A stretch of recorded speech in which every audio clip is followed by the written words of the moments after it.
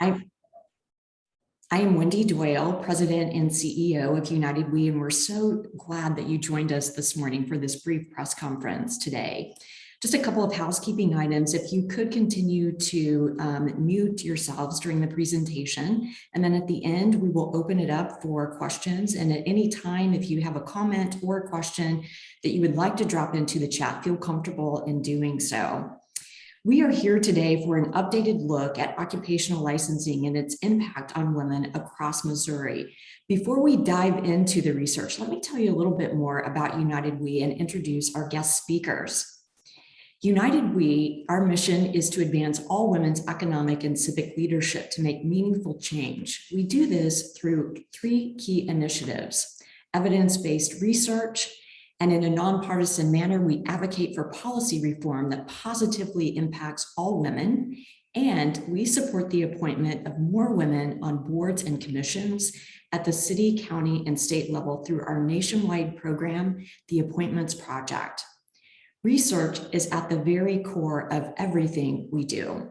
We believe it is the first step to true, sustainable change. It is critical to identify specific barriers to women's economic development and to develop smart, practical solutions to overcome them. You may be wondering, why is a women's organization so invested in occupational licensing? Our research shows more women are 3 times more likely to be in a profession that requires licensing than men. Also, those with a license or a certificate earn 32% more. Occupational licensing is a key workforce development strategy for Missouri, and since our initial policy brief released in 2016, occupational licensing has become a trending topic in our Missouri legislative sessions. Today, we are releasing an update to the 2016 Occupational Licensing Report. It introduces new information on key points, the effects of the coronavirus pandemic, and highlights progress made possible due to the original research study. Now, I'd like to introduce Whitney Bartelli with Community America Credit Union, and she serves as the Chief Marketing and Strategy Officer, as well as the Secretary of the Board of Community America Foundation. Community America is the generous investor who funded this research. Their dedication to advance women's economic development in Missouri and beyond is admirable. This work would not be possible without their generosity. Whitney, take it away. Thank you, Wendy. So at Community America, we're extremely focused on helping people achieve financial peace of mind. And in order to do that well, we recognize that we've got to focus on addressing the barriers that can limit people's financial success. So our organization's mission of people helping people really helps us focus on mitigating and clearing those barriers and identifying new solutions to help people reach their financial goals. And one of the solutions that we have in that regard is to partner with other organizations who are also focused on helping people achieve economic success, which is exactly why we chose to partner with United We and to help support this important research that we believe is going to unlock women's full economic potential. So we have seen in our market and across the region and across the state how incredibly important United We's mission is to women and their families, and we're extremely proud to support this research. This sponsorship of the research, we believe, is going to really address workforce certification barriers, and we greatly look forward to seeing the findings result in positive change. So thank you so much to Wendy and her entire team at United We, from all of us at Community America, for leading this initiative and inviting us to lock arms with you and to support this important work. Back to you, Wendy. Thank you, Whitney. And again, we are sincerely grateful for your partnership and your tremendous leadership. Now I'd like to introduce Emily Johnson, Associate Director of Operations at the Institute of Public Policy at the University of Missouri. and the lead researcher on the 2016 and 2022 occupational licensing reports. We've had a long-term relationship with Emily. She's walked beside us on several research studies, and we're delighted that she could be here today. So Emily, please tell us more about your key findings. Great. Good morning. Thank you, Wendy. I appreciate the opportunity to join you this morning to share some of the information about the latest research the Institute of Public Policy has conducted for United We. As Wendy has mentioned, we are very pleased to provide an update to the research we did on occupational licensing and women entrepreneurs in Missouri with a new brief. I would also like to recognize Rachel Dickey, who was one of the lead researchers on this brief. We will start by updating information on women in the workforce. In Missouri, about 55% of women were employed in 2014, with this figure rising to 56.4 in 2020, which is a total of about 1.4 million people. Since the beginning of the COVID-19 pandemic in early 2020, the health and economic impacts on the US population have been wide-ranging and felt more deeply by some segments of the population than others. Women in particular lost their jobs at higher rates than men, were less likely to regain them when the economy started to recover, and were more likely to have increased their unpaid household and care work. These patterns were even more exaggerated for women of color. At the end of 2020, although the economy had started to recover, more than 2 of every 5 women's jobs that were lost from February to April of 2020 had not been recovered. Looking now at updates on occupational licensing in Missouri, and just as a reminder, occupational licensing is a form of government regulation requiring a license for selected occupations to certify that they are being conducted in a way that is not harmful to the public. In Missouri, the Division of Professional Registration, DPR, under the Department of Commerce and Insurance is responsible for that regulation. The DPR has a mission to protect the public by providing a regulatory system that licenses only qualified professionals and enforces standards by implementing legislation and administrative rules. There are 509,908 registered professionals in Missouri, organized into 41 professional licensing boards regulating over 300 professions. Approximately 103 board members on occupational licensing boards and commissions are serving expired terms right now, and 56 board seats are currently vacant. Missouri ranked 22nd in 2017 in the percentage of low-income occupations the state licensed, with 1 being the most licensed and 50 the least. Missouri's licensing fees and average education requirements in 2017 had increased relative to other states since 2012. However, in 2018, the DPR announced that nearly every renewal fee in the state was reduced or held constant, and just over half of those fees are $50 or under. As of 2020, Missouri had several occupations for which initial and/or renewal fees were the lowest in the country, and frequently was below the national average and the national median. Taking a look now at the economic impact of occupational licensing, among full-time wage and salary workers aged 16 and over, those with a certification or license earn 32% more per week than those without. Individuals with a license or an active certification were more likely to be employed and to earn more than individuals without a license. Additionally, not only do licensed workers earn higher wages, they also tend to stay longer at their jobs and have lower rates of employment. The percentage of US workers with a certification or license has decreased since the previous report from 17.8 to 16.7. And similar to the prior report, employed individuals are approximately twice as likely to have license or certifications than those who are unemployed, and more than 4 times as likely as those not in the labor force, 5.6%. Each category has decreased slightly since 2015. Now an update on boards and commissions in Missouri and some of the advancements made since the last report.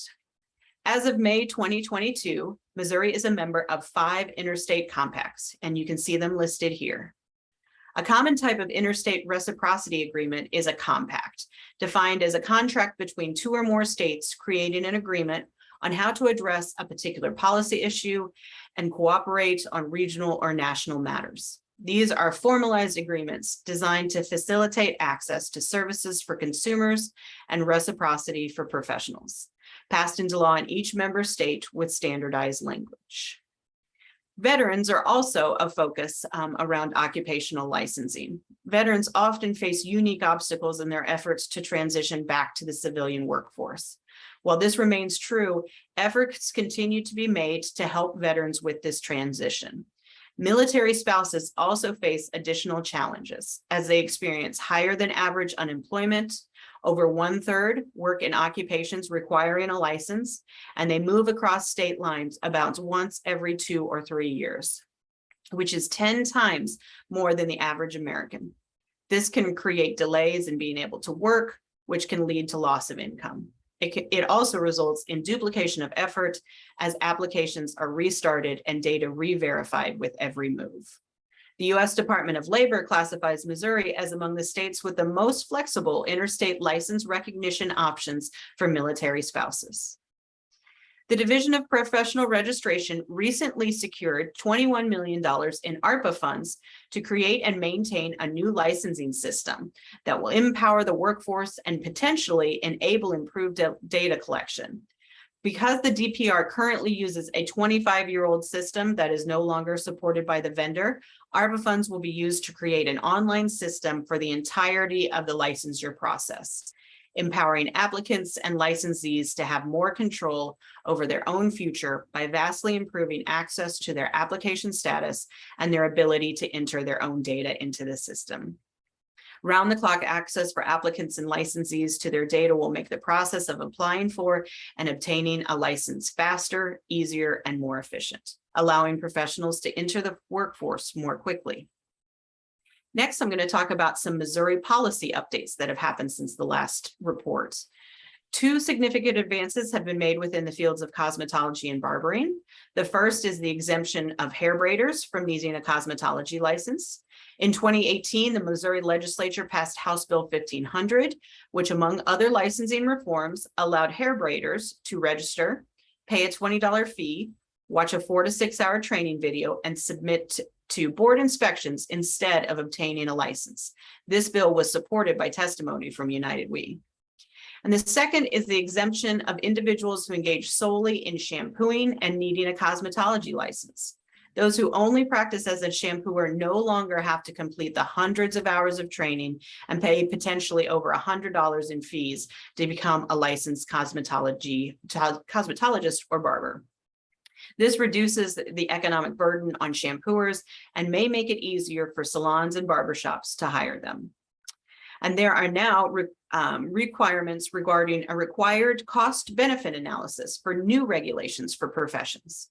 The purpose of this statute is to promote general welfare by establishing guidelines for the regulation of occupations and professions not regulated prior to January 1, 2019. Occupations are to be regulated if leaving them unregulated could harm the public. And the public could benefit from assured qualifications, and the general welfare cannot sufficiently be protected by other means. When deciding whether these conditions apply, the General Assembly should consider the governmental, economic, and societal costs and benefits of regulating the occupation. 2 bills, both passed in June 2021, include very similar language on reciprocity, particular for service members and veterans. One specifies that any service member with a valid current license issued by the military can apply for a Missouri license of the same type. There are 2 primary groups benefiting from relatively recent efforts to waive occupational licensing fees: military families and low-income individuals. There is now a 2-year waiver of all fees associated with occupational licensing for active duty service members, military spouses, veterans, and individuals who are low income. Since the passage of the bill, the DPR has issued close to 100 fee waivers, nearly all to military families. Thank you. I'm now going to hand it back to Wendy to discuss some of the opportunities for action and advocacy around licensing. Thank you, Emily. We appreciate your continued work on this important initiative and helping us pull together the data. Now that we have this information available, we are able to make more progress for women in Missouri. Occupational licensing will be a key priority for our 2023 policy plan, and I encourage you to follow our work on this issue throughout the year. As you will see on the screen, we've really identified 4 action items. First is to review the task force recommendations and advocate for applicable change. And this was the executive order that Emily referenced. You can see the potential impact on the right, that it will increase public knowledge of professional registration and further create more transparency, and just really is an approach of good government. Secondly, we'll review the COVID-19 specific executive orders for potential permanent changes. We all benefited so many opportunities as a result of the pandemic. We'd like to see some additional occupational licensing reform on a more permanent basis, such as permanent waivers. Third, we'd like to advocate for an online operating system, making it more easily accessible to apply and a quick turnaround to actually get your credentials and you're licensed to be able to get to work quickly. And again, it's a tremendous workforce development strategy in Missouri. And finally, we want to continue to grow our United We Appointments project, which is really increasing gender parity on boards and commissions that actually provide oversight and leadership of these occupational licenses in the state of Missouri. Those are 4 action items for United We that we will be addressing and taking a leadership role on in the state of Missouri. I would like to invite you to review the full policy brief that is available for download on our website, which is at united-we.org. Now, I'd like to open it up for questions. Please feel comfortable in unmuting yourself to ask your questions, or if it's more comfortable, please drop the questions in the chat. And questions can be addressed to Emily, to Whitney, or myself, anything that you would like or anything that's on your mind. While you're thinking about that, we have received a couple of questions in advance of today's press conference. The first question will be directed to Emily. So Emily, what aspects of the new data, this new policy report, were surprising in comparison to the one we completed in 2016? Okay, great. Thank you, Wendy. It's a great question. So I think for all researchers at this point, any data coming out around what actually the impact of the COVID-19 pandemic on different populations and on the workforce has really been, I'm not sure if it's surprising as much as it is just a lot of very rich data to be able to understand what some of the impacts have been. And I think one of the things that is really a takeaway is that, you know, the pandemic impacted everyone differently, and women definitely had a different sort of story, if you will, through the pandemic. So whether that was having to take on more household responsibilities, having to, you know, perhaps leave their job or find another job based on the needs of their families. So we have definitely seen that through the data that, you know, everyone sort of experienced that pandemic differently. And the other thing I will mention as well is I think that there's been tremendous progress between the two reports. And I think a lot of that is some of the advocacy of United We. So the cost benefit analysis, that is definitely something that's really remarkable and will have an impact on licensed professions in the future. Thank you, Emily. And just to underscore, one of the things that we really are impressed with, Emily and the team completing this year in this report, is just a really good explanation that's rather simple about occupational licensing work in general, just the topic of occupational licensing. It can be somewhat complex and hard to understand, but we're really proud of the great work that the Institute has done in this report, really explaining occupational licensing work. We've received a couple of additional questions that are really good ones. Megan from KMOX, and Emily, this would be a great question for you, and I'm happy to add to, but are there specific professions and certifications that you feel need review, similar to the hair braiding and shampooing? That is a great question. So I think one of the, as you mentioned, there was a task force that was created by executive order that was headed by then Lieutenant Governor Parson. And that task force report really identifies some of those places where organizations should be reviewed, perhaps policy changes could be implemented, things like combining boards, really trying to look at what are some of the administrative hurdles that could be addressed. So that would be my recommendation, is to take a look at that task force report. And as you mentioned, have that kind of be the guide for, policy changes in the future.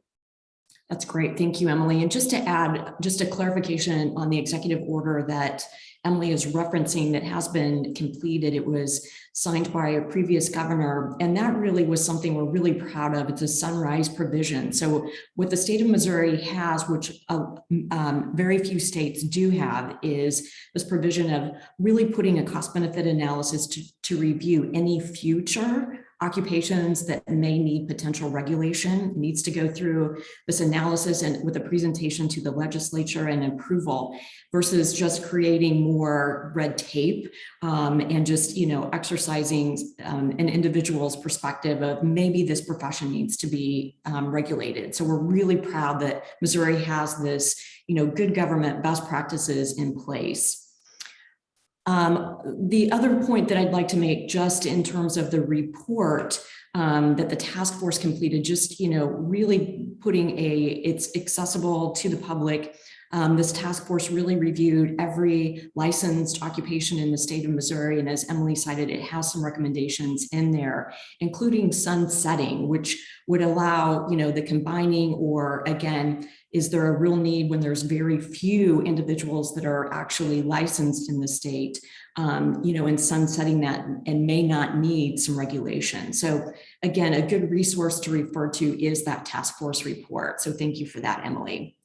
We have a question from Catherine Harville. Can you elaborate more on the 2-year waivers? And Emily, I'm directing this to you. It was indicated that about 100 of these waivers have been issued, but mostly to individuals in the military, but are open to individuals who are low income. What are the barriers that are keeping them from applying or receiving waivers?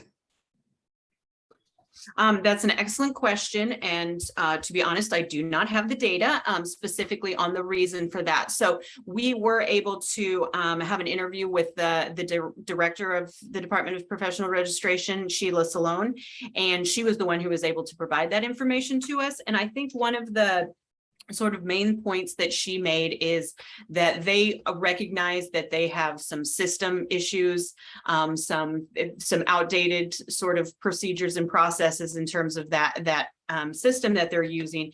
And that's why they're using ARPA funds to really try and make an impact on that, specifically allowing people to pay for their license with credit cards, or for their staff to be able to process license more quickly. So I know that is a focus. So I'm not sure if there is a specific barrier to why some individuals, some low income individuals have not been able to access that. But our understanding is it's mostly been available for been taken advantage of by military families. But I can certainly find some more information out about that and pass that along if it's available. Thank you, Emily. It's a great question. We did receive an additional question prior to today's press conference. And this question was, what can individuals and companies do to support occupational licensing reform?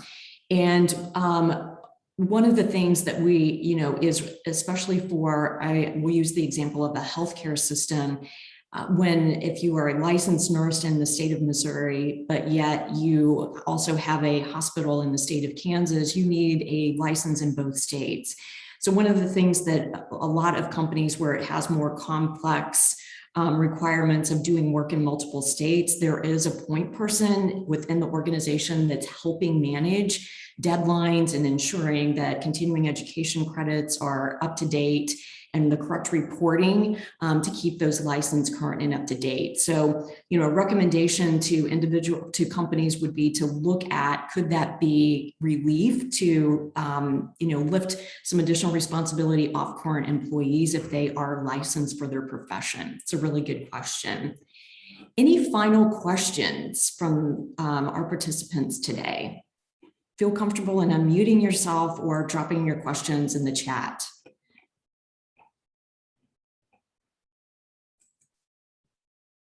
If not, I would like to thank our guest speakers today, Whitney Bartelli with Community America Credit Union, again, for their leadership and investment in this research report.